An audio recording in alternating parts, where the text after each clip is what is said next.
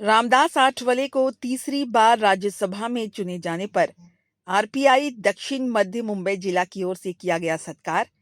लगातार तीसरी बार राज्यसभा के लिए निर्विरोध चुने जाने पर रिपब्लिकन पार्टी ऑफ इंडिया के राष्ट्रीय अध्यक्ष और केंद्रीय सामाजिक न्याय राज्य मंत्री रामदास अठावले को आरपीआई दक्षिण मध्य मुंबई जिला द्वारा सम्मानित किया गया।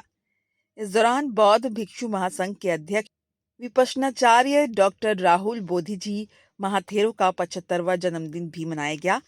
आरपीआई जिलाध्यक्ष संजय डोलसे के नेतृत्व में मुंबई चेंबूर की फाइन आर्ट्स सोसाइटी हॉल में आयोजित इस समारोह में आरपीआई नेता अविनाश महातेकर, गौतम भाऊ सोनावने, सिद्धार्थ कासारे, बीजेपी जिलाध्यक्ष नीरज उभारे और प्रभाग समिति अध्यक्ष आशा मराठे सहित कई मान्यवर मौजूद थे।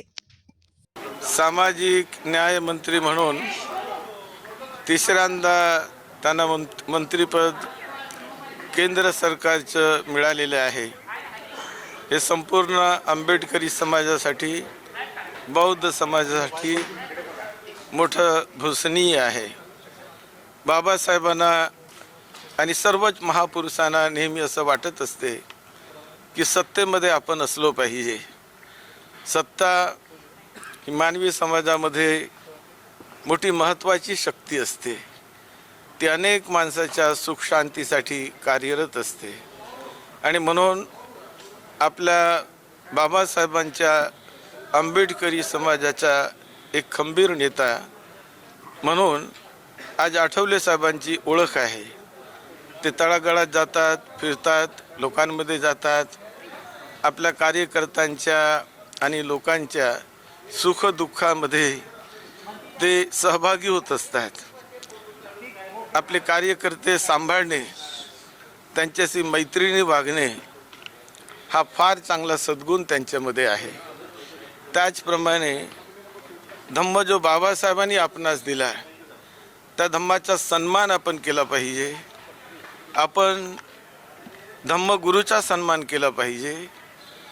हे खरोखर माणसाचं एक मोठं आद्य कर्तव्य आहे की जो माणूस आहे तो कुठल्या ना कुठल्या धम्माशी जुडलेला असतो, त्यांना आस्था असते आणि म्हणून ज्या धम्माशी तो जुडलेला आहे त्या धम्माचा प्रचार प्रसार करणाऱ्या, त्या धम्माला सांभाळणाऱ्या धम्मगुरूचा सन्मान त्या समाजातील नेत्यांनी करावा हा एक सिद्धांत आहे आणि तो केला जात असतो।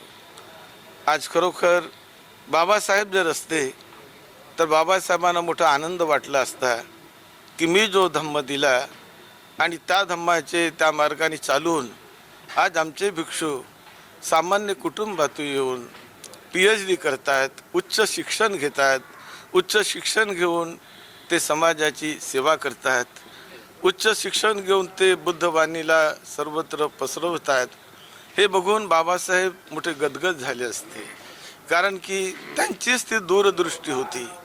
या समाजातून धम्म प्रचारक तयार व्हावे, बौद्ध भिक्षू तयार व्हावे, जिकडे तिकडे बुद्ध विहार बांधले जावे, हे बाबासाहेबांना वाटायचं.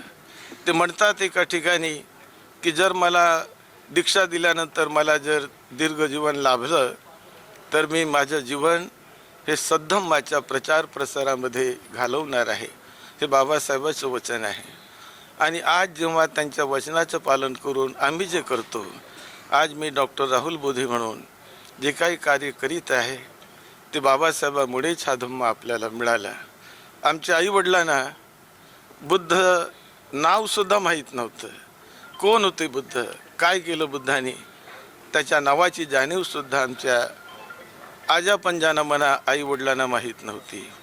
परंतु आज जो बुद्ध धम्म आम्हाला समजला तो केवळ बोधिसत्व परमपूज्य डॉक्टर बाबासाहेब आंबेडकरांमुळे.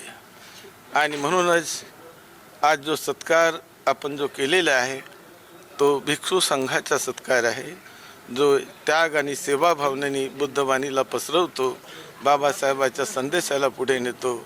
म्हणून साहेबांनी सत्कार केला. हा खरोखर एक परंपरा आहे समाजाची. कुठल्याही धम्मात बघा, त्या धर्मातील नेते त्या धम्माच्या धम्मगुरूचा सन्मान सत्कार करतात. आणि आठवले साहेबांनी हा इतिहास घडवला, फार मोठं काम केलं. धन्यवाद.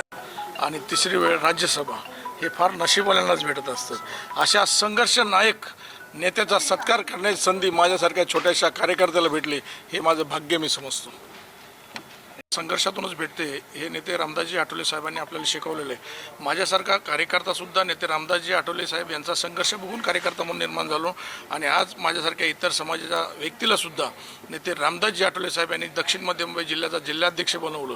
म्हणजे नेते रामदासजी आठवले साहेब यांच्याकडे सर्व धर्म समभाव आणि कार्यकर्त्यांना घेऊन चालण्याची तयारी आठवले साहेबांची असते. तर आपण त्यांच्याकडून शिकण्यासारखं आहे.